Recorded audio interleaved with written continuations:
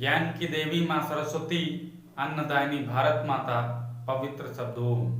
सर्वप्रथम इस ग्रुप से जुड़े हुए लोगों को मैं हाथ जोड़कर नमस्ते करता हूँ। और जैसा कि आप लोग जानते हैं, हमारी क्रमबद्ध तरीके से बराबर कक्षाएं संचालित की जा रही हैं। तो जो भी व्यक्ति हमसे जुड़ना चाहता है तो नीचे स्क्रीन पर जो नंबर लिख के आ रहा है उस पर आप कॉल करके हमसे जुड़ सकते हैं और अपनी पढ़ाई को बेहतर तरीके से आगे बढ़ा सकते हैं।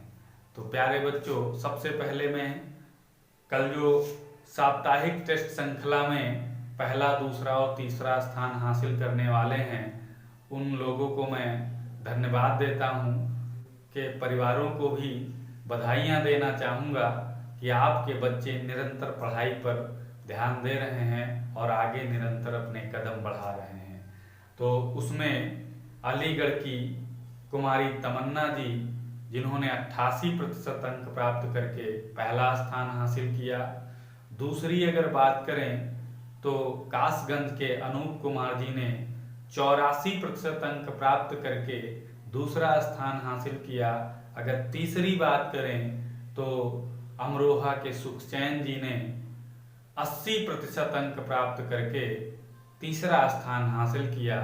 तो इन तीन महान भावों को मेरी तरफ से हार्दिक शुभकामनाएं और ईश्वर करे इनका रैंक इसी तरह हमेशा आता रहे और ये अपने जीवन में सफलता को ग्रहण करें। तो प्यारे बच्चों, अब हम चलते हैं अपने टॉपिक की ओर। टॉपिक पे चलते समय पहले हम 2 लाइनों के माध्यम से आपका उत्साहवर्धन करें, जिससे आपका दिमाग सिर्फ पढ़ाई पर केंद्रित हो। तो हम 2 लाइनें आपको बताना चाहेंगे। जो कर्म नहीं कर सकता है उसे असहाय कहा ही जाएगा। जो कर्म नहीं कर सकता है उसे असहाय कहा ही जाएगा। जो कर्म बिना फल ही पा जाए उसे वरदान कहा ही जाएगा। तो प्यारे बच्चों, उसे वरदान इसलिए कहा जाएगा क्योंकि आजकल के युग में हो या प्राचीन युग की बात हो, बिना कर्म के कोई फल नहीं प्राप्त होता है। प्राचीन समय में भी जब वरदान प्राप्त करना होता था तो प्यारे बच्चों, लोग कठिन तप करते थे, तपस्या करते थे, उसके बाद उनको वरदान की प्राप्ति होती थी। तो तब संभव नहीं था जब वरदान चलता था प्यारे बच्चों, तब ईश्वर स्वयं प्रकट होकर लोगों को वरदान देते थे। तब भी संभव नहीं था, तब उसके लिए भी कर्म करना पड़ता था। तो आज के युग में क्या ये संभव है? तो अगर आपको सफल होना है तो अपने पढ़ाई के प्रति कर्म करना होगा, जो अपनी ईमानदारी और कर्म निष्ठा के साथ आगे बढ़ाना होगा, तभी आपको सफलता मिल सकती है। तो प्यारे बच्चों, जब जागो तभी सवेरा। अगर आज अभी से आप प्रण कर लो कि हमें निरंतर अपनी पढ़ाई पर विशेष ध्यान देते रहना है तो आपको सफलता जरूर मिलेगी। तो ये रही कुछ आप लोगों को आगे बढ़ने की प्रेरणा में 2 लाइनें। अब हम बात करते हैं अपने टॉपिक पे। इधर उधर की ज़्यादा बातें ना करके सीधे आते हैं अपने पाठ्यक्रम पर। तो प्यारे बच्चों, जैसा कि आप लोग जानते थे, हम प्रागैतिहासिक काल के कला केंद्र पढ़ रहे थे, जिसमें उत्तर प्रदेश समाप्त हो गया। उत्तर प्रदेश के हमने 2 जिले पढ़े, एक तो मिर्जापुर, दूसरा प्यारे बच्चों बांदा। अब हम बात कर रहे थे मध्य प्रदेश के क्षेत्रों पर। तो मध्य प्रदेश के क्षेत्रों में भी हमने होशंगाबाद और आजमगढ़ को पढ़ा, जिसे अच्छी तरीके से हमने पढ़कर समाप्त किया है। अब हम आज बात करने वाले आए हैं अगर तो भीमबेटका के ऊपर। तो प्यारे बच्चों, भीमबेटका को देखेंगे, साथ में एक और स्थान के बारे में देख लेंगे, क्योंकि वो छोटा टॉपिक है, उससे ज़्यादा क्वेश्चन नहीं आते हैं। तो इसी वीडियो में कोशिश करेंगे कि उसको भी बैठा लें। वैसे भीमबेटका मोस्ट इम्पॉर्टेंट है हमारे लिए, तो सभी बच्चे इसको पढ़ते समय अपनी नोटबुक पे जो भी इम्पॉर्टेंट चीज़ें हैं उसको नोट करते रहें, क्योंकि ये परीक्षा की दृष्टि से प्यारे बच्चों बड़ा ही महत्वपूर्ण टॉपिक है। तो आप लोग कोई भी क्वेश्चन इससे छोड़ेंगे नहीं और कोशिश करेंगे हर चीज आप इसको आसानी से समझेंगे। तो हम बात करें भीमबेटका, तो जैसा कि ऊपर लिखा है भीमबेटका मध्य प्रदेश प्रागैतिहासिक कला क्षेत्र का हिस्सा माना गया है और हिस्सा है भी। तो अगर ये बात करें जिले की, तो किस जिले में पड़ता है? तो प्यारे बच्चों अगर जिला की बात करें तो ये रायसेन जिले में पड़ता है। तो सभी बच्चे इसको याद रखेंगे, रायसेन जिला मध्य प्रदेश में भीमबेटका स्थान पड़ता है। अगर इसकी खोज की प्यारे बच्चों बात कर लें, खोज, तो खोज प्यारे बच्चों 1957 ईस्वी या 1958 ईस्वी, याद रखेंगे दोनों लोग। दोनों सन आप बच्चे सभी लोग याद रखेंगे। ये दोनों सन इसलिए बताए हैं क्योंकि कुछ किताबों में प्यारे बच्चों 1957 दिया हुआ है और कुछ किताबों में 1958 दिया है। तो आप जब पेपर में आएगा, दो में से एक ऑप्शन आपको दिखाई देगा। अगर आपको प्योरिटी की बात करें तो 1957 आपका प्योर है। अगर 1957 की जगह 1958 भी है तो आप इसको महत्व देंगे, लेकिन अगर 57 मिल जाता है तो आप उसको लगाएंगे। तो ये दोनों इसीलिए लिख दिए हैं कि आप याद रखो, क्योंकि किताबें के माध्यम से जो टॉपिक स्टेप मिलता है हम उसको पढ़ते हैं, क्योंकि वो ही हमारा एक अच्छा माध्यम है पढ़ने का। तो दोनों जब किताबों में अलग अलग दिया हुआ है तो हम दोनों को याद रखेंगे, बाकी सुविधा के अनुसार हम एग्जाम में देखेंगे, ऑप्शन पर निर्धारित करता है। तो ऐसे क्वेश्चनों को हम अपना थोड़ा विवेक लगाकर जो सटीक ऑप्शन होगा उसको हम टिक करेंगे। तो रायसेन जिले में खोज की बात करें तो 1957 ईस्वी से 1958 ईस्वी में माना जाता है। अगर खोजकर्ता की बात कर लें प्यारे बच्चों, खोजकर्ता की बात करें तो प्यारे बच्चों इसकी खोज वीएस मतलब विष्णु श्रीधर वाकड़ांकर, प्यारे बच्चों ये इनके खोजकर्ता हैं। और अगर बात कर लें नदी कौन सी है प्यारे बच्चों जिसके समीप पर ये स्थित है, तो नदी की बात करें तो आशान नदी के किनारे ये स्थित है, आशान नदी।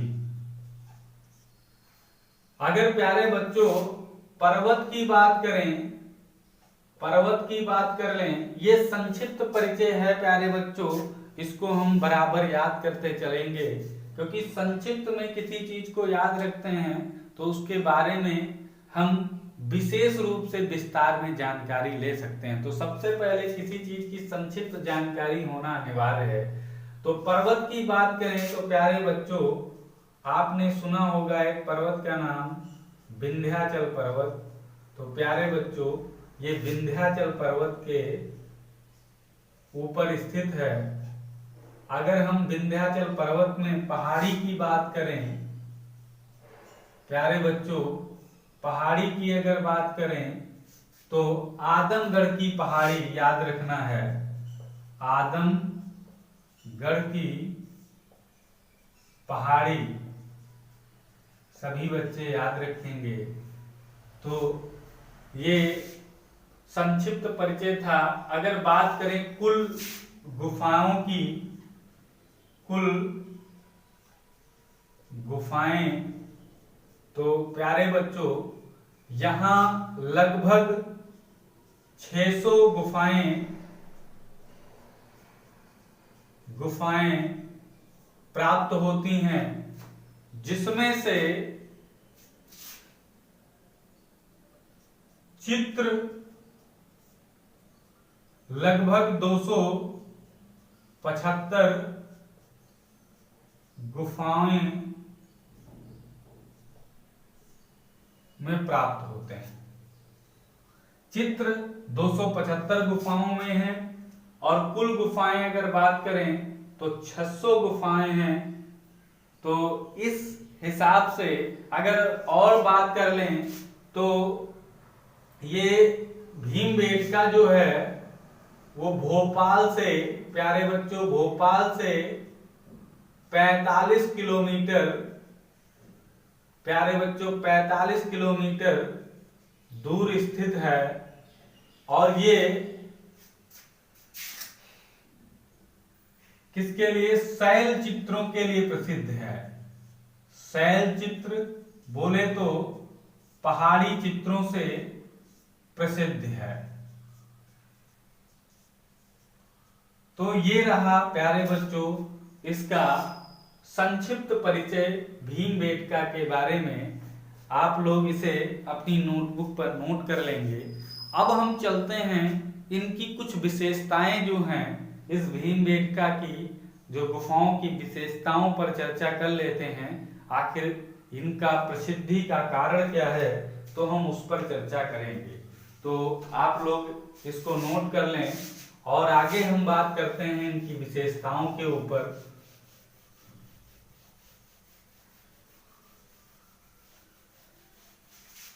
अच्छी तरीके से भीमबेटका के बारे में हम कोई जानकारी छोड़ेंगे नहीं, कोशिश करेंगे हर एक जानकारी से आप लोग रूबरू रहें, जिससे आपको एग्जाम में किसी भी प्रकार की कोई दिक्कत ना आए। तो प्यारे बच्चों अब हम देखते हैं कुछ इसकी स्पेशलिटी जो है, जो विशेषता है, जिसके कारण ये भीमबेटका जाना जाता है। तो प्यारे बच्चों हम उसको आज अपनी इस वीडियो के माध्यम से देखेंगे। तो प्यारे बच्चों अगर बात करें रंग की, सबसे नंबर पे रंग की अगर बात करें तो प्यारे बच्चों यहाँ प्राकृतिक रंगों का प्रयोग अधिक किया गया है। सभी लोग जानते हैं प्राकृतिक रंग यानी खनिज रंगों को कहा गया है। जो प्रकृति से जुड़े हुए रंग हैं उनको जो प्रयोग में लाया आदिमानव जो वहां का रहता था। तो मुख्य रूप से अगर हम बात करें तो यहाँ पर लिख सकते हैं खनिज रंग, खनिज रंग का प्रयोग प्यारे बच्चों हुआ है, का प्रयोग हुआ है। अगर खनिज रंग में बात करें तो दो कलर इसमें प्रसिद्ध हैं, एक गेरुआ लाल और बात दूसरी करें तो दूसरा है सफेद कलर। इन दो रंगों का प्रयोग प्यारे बच्चों बहुत अधिक हुआ है। कहाँ? भीमबेटका की गुफा में गेरुआ लाल रंग और सफेद रंग। और कहीं कहीं ये नहीं कह सकते हैं, कहीं कहीं कहीं पर हरा और पीला, प्यारे बच्चों हरा और पीला रंग का भी प्रयोग देखने को मिलता है। सर्वाधिक अगर प्रयोग की बात करें तो गेरुआ लाल और सफेद रंग का प्रयोग हुआ है, लेकिन कहीं कहीं पर प्यारे बच्चों हरा और पीला रंग का भी प्रयोग देखने को मिलता है। भीमबेटका की गुफा की बात चल रही है। तो ये पहला टॉपिक आपका हो गया रंग से। अगर हम बात करें तो विश्व का पहला स्थान, विश्व का पहला स्थान है जहां एक साथ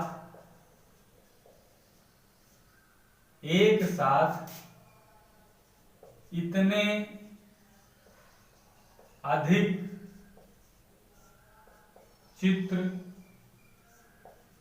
पाए गए हैं। प्यारे बच्चों, भीमबेटका इसीलिए प्रसिद्ध है कि विश्व का वो पहला स्थान है जहां पर सामूहिक रूप से इतने अधिक चित्र सिर्फ एक जगह से प्राप्त हुए हैं। आसाम में कोई ऐसा क्षेत्र नहीं है जहां पर भीमबेटका के बराबर चित्र मिले हों, जो भी एक ही जगह से। तो ये विश्व का पहला स्थान है जहां एक साथ इतने अधिक चित्र पाए गए हैं, इसलिए ये प्रसिद्ध है। अगर हम अगली बात कर लें तो प्यारे बच्चों, इसकी गुफाएं 10 किलोमीटर तक फैली हैं 10 किलोमीटर तक फैली हैं। गुफाएं बात करते हैं, गुफाएं। प्यारे बच्चों, ये जो गुफाएं हैं इसीलिए यहाँ पर अधिक चित्र पाए गए हैं क्योंकि वो 10 किलोमीटर के दायरे में गुफाएं फैली हुई हैं और गुफाओं में चित्र प्राप्त हुए हैं।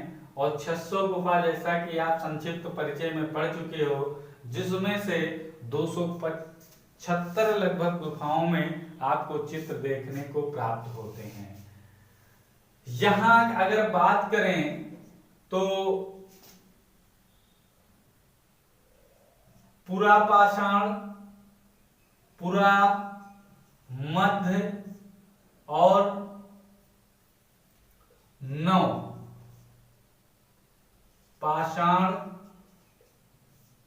काल के चित्र पाए जाते हैं, लेकिन सर्वाधिक चित्र प्यारे बच्चों मध्य पाषाण काल के हैं। प्यारे बच्चों, वैसे तो पूरा मध्य नव पाषाण काल के तीनों काल के चित्र यहाँ पर पाए जाते हैं, लेकिन प्यारे बच्चों अगर सर्वाधिक चित्र की बात करें तो मध्य पाषाण काल के चित्र सर्वाधिक यहाँ पर उपलब्ध हुए हैं। तो ये भी एक टॉपिक आप लोग याद रखेंगे। अगर हम नेक्स्ट की बात कर लें तो यहाँ पर सर्वाधिक प्यारे बच्चों शिकार के चित्र पाए गए हैं। शिकार बोले तो प्यारे बच्चों आखेट के चित्र यहां पर सर्वाधिक पाए गए हैं। अगर आपसे एग्जाम में क्वेश्चन आ जाए कि सर्वाधिक शिकार के चित्र किस क्षेत्र से पाए गए हैं, तो वो मध्य प्रदेश का भीमबेटका क्षेत्र है जहां से शिकार के सर्वाधिक चित्र प्राप्त हुए हैं। अगर और हम बात कर लें प्यारे बच्चों तो यूनेस्को ने 2003 में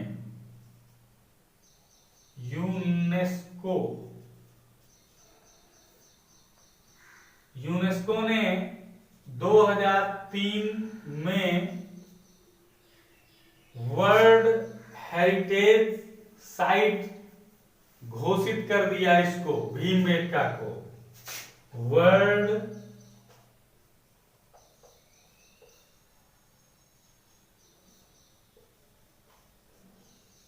हेरिटेज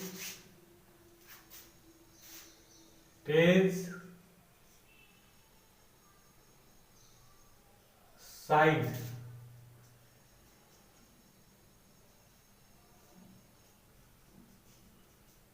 घोषित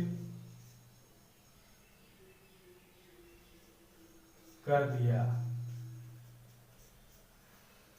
यूनेस्को ने 2003 में वर्ल्ड हेरिटेज साइट घोषित कर दिया है भीमबेटका को, तो ये भी चीज आप लोग याद रखेंगे।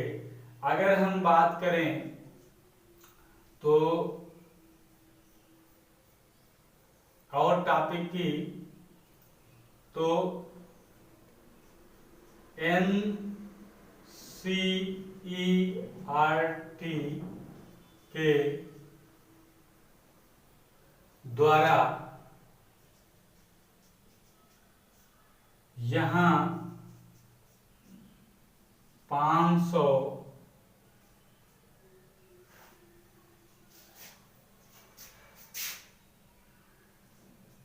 गुफाओं में चित्र पाए गए हैं और यहाँ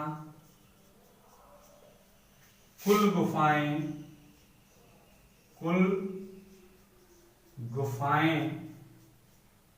800 हैं। एनसीईआरटी के द्वारा यहाँ पर 500 गुफाओं में चित्र पाए जाते हैं प्यारे बच्चों, और यहाँ कुल गुफाओं की संख्या 800 है। एनसीईआरटी सभी लोग जानते होंगे, national counselling of education research training, जिसे हम कह सकते हैं राष्ट्रीय शैक्षिक अनुसंधान और परिषद। प्यारे बच्चों, ये एक भारत सरकार के द्वारा बनाई गई संस्था है, जिसमें केंद्र सरकार और इसे हम प्रांतीय सरकार के विद्यालयी जो शिक्षा व्यवस्था है उस पर सलाह देने के लिए संस्था का निर्माण हुआ है, एनसीईआरटी। तो ये संस्था के अनुसार यहाँ पर 500 गुफाओं में चित्र प्राप्त हुए हैं, और जबकि यहाँ कुल गुफाओं की संख्या 800 बताई गई है। तो ये भी एक टॉपिक आप लोग याद रखेंगे। तो बहुत ऐसे टॉपिक हम आपको बताएंगे जो बहुत अति महत्वपूर्ण हैं। यहाँ पर भीमबेटका में एक ज्यामितीय चित्रों की चट्टान प्यारे बच्चों प्राप्त हुई है, ज्यामितीय चित्रों की चट्टान प्राप्त हुई है। भीमबेटका से लिख लेते हैं, भीमबेटका से एक ज्यामिति, प्यारे बच्चों याद रखेंगे, ज्यामिति चित्रों की चट्टान प्राप्त हुई है, जिसे चिड़ियाघर रॉक, जिसे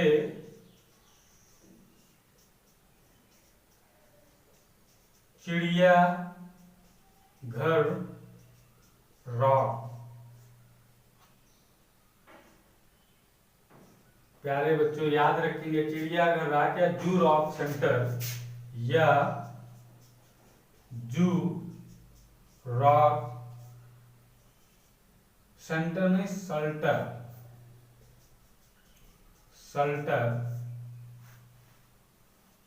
कहा जाता है।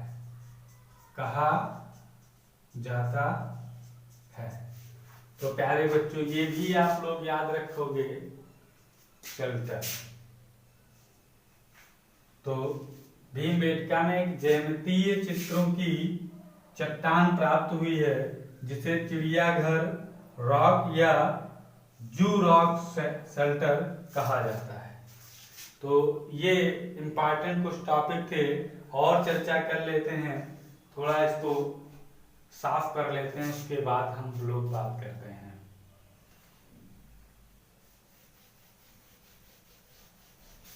इसे आप अच्छी तरीके से नोट करते रहेंगे कि कोई भी क्वेश्चन मिस ना हो जाए। इम्पॉर्टेंट जो भी टॉपिक होगा उस पर हम विचार करते रहेंगे, चर्चा करते रहेंगे। लेकिन आप लोग भी नोट्स बनाने में किसी भी प्रकार की दिक्कत नहीं करेंगे और अच्छी तरीके से नोट्स प्यारे बच्चों बनाते रहेंगे, जिससे कोई भी दिक्कत हमें आगे रिवीजन में ना पड़े, तो हमारी तैयारी और बेहतर होगी।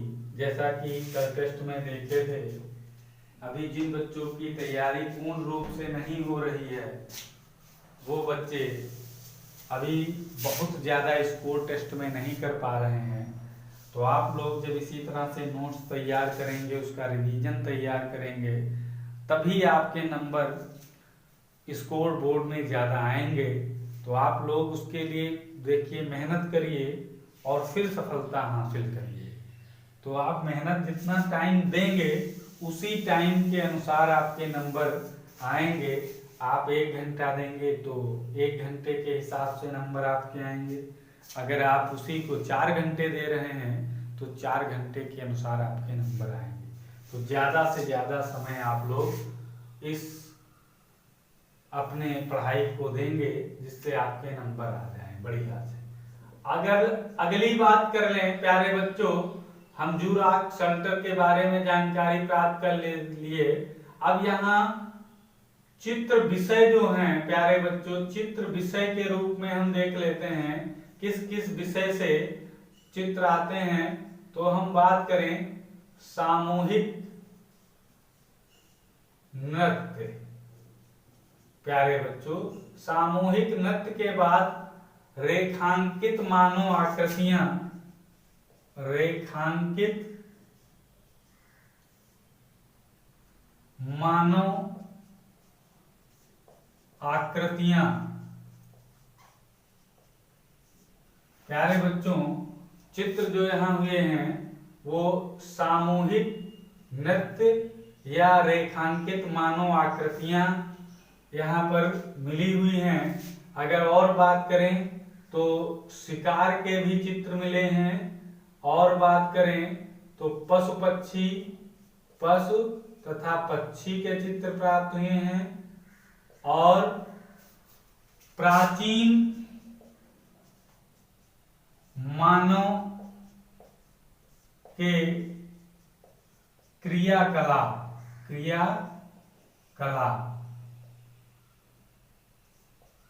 प्यारे बच्चों, सामूहिक नृत्य के चित्र हैं जो विषय है उनका। अब नृत्य से यहाँ एक चित्र प्राप्त नहीं होता है, बहुत अधिक, क्योंकि यहाँ पर चित्रों की संख्या जैसा कि हमने बताया कि बहुत अधिक चित्र पाए गए हैं। तो यहाँ पर केवल विषय बताया जा सकता है आपको। सामूहिक नृत्य के चित्र बहुत सारे मिले हैं, रेखांकित मानव आकृतियां मिली हैं, शिकार मिला है, पशु पक्षियों के चित्र प्राप्त हुए हैं, और प्राचीन मानव के क्रियाकलाप हैं। प्यारे बच्चों, इनको 2 भागों में बांटा गया है। पहला स्तर अगर बात करें, पहला स्तर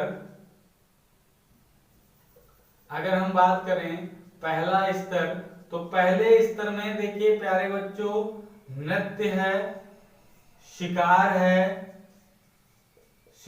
है, पशु पक्षी हैं आदि। और यहां पर बात कर लें पशुओं में अगर बात कर लें तो जंगली भैंसा, घोड़ा, हाथी आदि चित्र पाए गए हैं। और अस्त्रधारी, हाँ याद रखेंगे, अस्त्रधारी और घुड़सवार। प्यारे बच्चों, ये पहले स्तर पे चित्र प्राप्त हुए हैं। नृत्य, शिकार, पशुपक्षियों में पशुओं की अगर बात करें तो क्या बताया है, जंगली भैंसा, घोड़ा, हाथी, बारहसिंघा आदि चित्र प्राप्त हुए हैं। अस्त्रधारी और घुड़सवार, ये पहले स्तर पर। अगर दूसरे स्तर पर बात कर लें, दूसरे स्तर पर अगर बात करें तो प्यारे बच्चों, यहाँ पर मानवों लिख रहे हैं, मानवों को जानवरों के साथ अंतरंग रंग मित्र के रूप में प्रदर्शित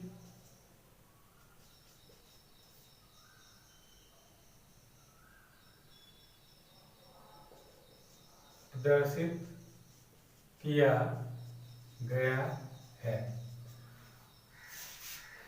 बात करें मानव को जानवरों के साथ अंतरंग मित्र के रूप में प्रदर्शित किया गया है। और बात करें प्यारे बच्चों, तो यहाँ हाल ही में जो रॉक शेल्टर है वहां पर एक प्राचीन पशु का जीन्स प्राप्त हुआ है जो बेसल जानवर का बताया जा रहा है। तो वो हाल ही में यहाँ रॉक शेल्टर से एक प्राचीन पशु डिंकी सोनिया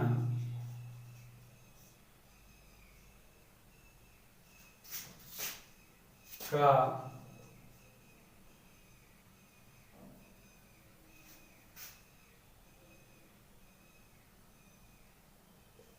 पता लगाया गया है।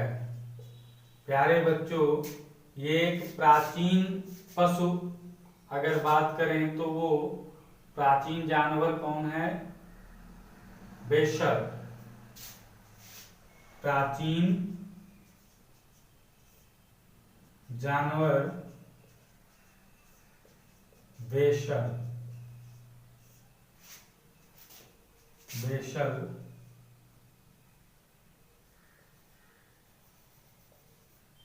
बात कर लें बेशर का जीन्स माना जाता है और इसकी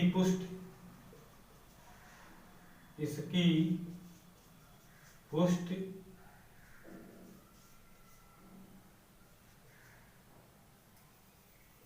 एक अंतरराष्ट्रीय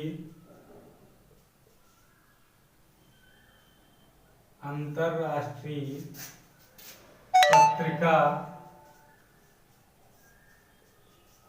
गोंडवाना से प्राप्त होती है। प्यारे बच्चों, हाल ही में यहाँ रॉक शेल्टर जो है वहां से एक प्राचीन पशु डिंकी सोनिया का पता लगाया गया। जो प्राचीन जानवर बेशर का जीन्स माना जाता है और इसकी पुष्टि अगर बात करें तो अंतरराष्ट्रीय एक पत्रिका है गोंडवाना जैसे इसकी पुष्टि होती है, उसमें ये चीज को बताया गया है। तो ये भी एक इम्पॉर्टेंट है भीमबेटका का मेन हिस्सा। कुछ जो हाल ही में होती हैं चीजें उनको पढ़ना बहुत जरूरी होता है। अगर बात करें तो यह प्रागैतिहासिक चित्रकला का पहला सामूहिक स्थान है जिसमें इतने सारे चित्रों की खोज हुई। ये चीज हमने आपको पहले से बता दी है। और यहाँ मध्य प्रदेश की और बात कर लें तो एक क्वेश्चन मेरे दिमाग में घूम रहा है, उसको आप लिख लो। विश्व के अगर बात करें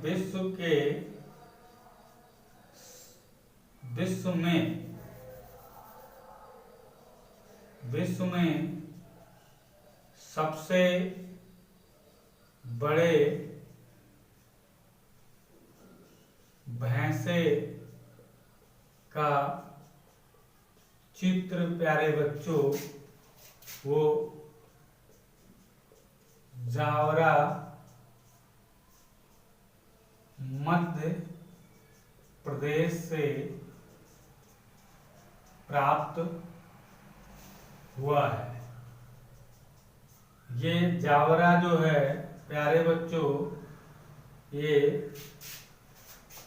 जावरा रतलाम जिले के शायद, हाँ, रतलाम जिले में पड़ता है जावरा। तो प्यारे बच्चों, ये सबसे बड़े भैंसे का चित्र जावरा मध्य प्रदेश से प्राप्त हुआ है, जो रतलाम, याद रखना है आप लोगों को, रतलाम जिले से ये जावरा जुड़ा हुआ है, जो मध्य प्रदेश में ही है। तो ये चीज कुछ थी बेहतरीन तरीके से महत्वपूर्ण जानकारियां मध्य प्रदेश के बारे में और मध्य प्रदेश में भीमबेटका के बारे में। तो हम लोगों ने विस्तार से इस भीमबेटका को पढ़े, जो जो टॉपिक थे उसका संक्षिप्त परिचय, विस्तार से उसके बारे में जानकारी, पूरी तरीके से हम लोगों ने उसको पढ़ा। अगर हम बात कर लें अब इसी टॉपिक पे, तो हमने जैसा कि बताया था कि एक छोटा सा है मध्य प्रदेश का ही क्षेत्र जिसे हम पहाड़गढ़ कहते हैं। तो प्यारे बच्चों, उससे ज़्यादा क्वेश्चन नहीं आते हैं, तो उसको इसी वीडियो में देख लेते हैं। ये बहुत बड़ा टॉपिक नहीं है जिससे बहुत सारे क्वेश्चन बनते हों, एक दो प्रश्न से इम्पोर्टेंट बनते हैं, तो उसको हम देख लेते हैं और इसी वीडियो में कवर कर लेते हैं, जिससे आगे अन्य वीडियो में और स्थान आपके कवर कर लिए जाएं। तो हम बात करें यहाँ पर मध्य प्रदेश के पहाड़गढ़ की बात। पहाड़गढ़ ये भी मध्य प्रदेश का ही क्षेत्र है। अगर इसका जिला बात करें तो जिला है मोरेना, मोरेना जिला है। और नदी की बात कर लें प्यारे बच्चों, तो आशान नदी के समीप ही है। अगर बात कर लें चित्रों की, तो यहाँ से कौन कौन से चित्र प्राप्त हुए हैं प्यारे बच्चों, तो घोड़े, हाथी पर सवार मानव के चित्र, मानव के चित्र प्यारे बच्चों ये प्राप्त हुए हैं। और तीर, कमान और भाला लिए मनुष्य के चित्र यहाँ से प्राप्त हुए हैं। तो ये दो चित्र हो गए, पहला, दूसरा। अगर तीसरे चित्र की बात करें तो 6 पैर वाला पशु, एक 6 पैर वाला पशु का चित्र यहाँ पहाड़गढ़ से प्राप्त होता है। अगर 4 नंबर की बात करें तो मधुमक्खियों के छत्ते, प्यारे बच्चों मधुमक्खियों के छत्ते के चित्र प्राप्त होते हैं। अगर इसी नंबर पे 5 नंबर पे अगर हम नंबरिंग ना करके एक चीज और बात कर लेते हैं, यहाँ पर मधुमक्खियों के छत्ते भी प्राप्त होते हैं, छत्तों के चित्र भी प्राप्त होते हैं। और प्यारे बच्चों, यहाँ पर अधिक से अधिक गुफा मधुमक्खियों के छत्तों से भरी हुई है। तो ये भी चीज याद रखना है। और इन दोनों में कंफ्यूजन भी है कि यहाँ पर मधुमक्खियों के छत्ते ज्यादा चित्र प्राप्त हुए हैं या यहाँ की जो गुफाएं हैं वो मधुमक्खियों के छत्तों से भरी हुई हैं। तो इस पर कंफ्यूजन है। तो यहाँ पर बात करें, यहाँ की गुफाएं मधुमक्खियों के छत्तों से भरी पड़ी हैं। तो यहाँ पर आप अपनी बुद्धि और विवेक का इस्तेमाल करके मधुमक्खियों से संबंधित अगर कोई ऑप्शन आता है तो वो मध्य प्रदेश के पहाड़गढ़ से याद रखेंगे। मधुमक्खियों के छत्ते की अगर बात करेगा तब भी पहाड़गढ़ होगा। अगर यहाँ की गुफाएं मधुमक्खियों के छत्तों से भरी पड़ी हैं तो ये भी अगर क्वेश्चन आता है तो यही पहाड़गढ़ होगा। तो प्यारे बच्चों, ये पहाड़गढ़ से जो कुछ चित्र प्राप्त हुए हैं, बस इसी क्वेश्चन से जो भी क्वेश्चन आना होगा तो आएगा। तो ये कुछ रही पहाड़गढ़ की बेसिक जानकारी।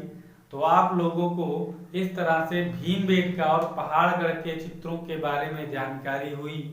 हम इस वीडियो को यहीं पर समाप्त करेंगे, क्योंकि ज़्यादा लंबा वीडियो हो जाने पर फिर आपको पढ़ने में भी दिक्कत होती है और हमको वो वीडियो आप लोगों तक पहुंचाने में भी दिक्कत रहती है। तो छोटे छोटे वीडियो में हम टॉपिक वाइज पढ़ते चलेंगे। तो आज जैसे हमने भीमबेटका और पहाड़गढ़ के बारे में जाना, कल हम अगले विषय पर चर्चा करेंगे। तो आज के इस वीडियो में यहीं तक।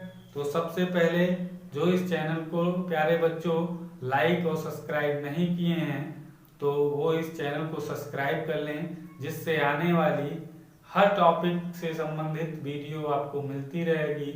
तो प्यारे बच्चों, आप लोग इसको ज़्यादा से ज़्यादा शेयर करें। अगर वीडियो अच्छा लगे तो नीचे लाइक करते रहें। और तब तक के लिए धन्यवाद।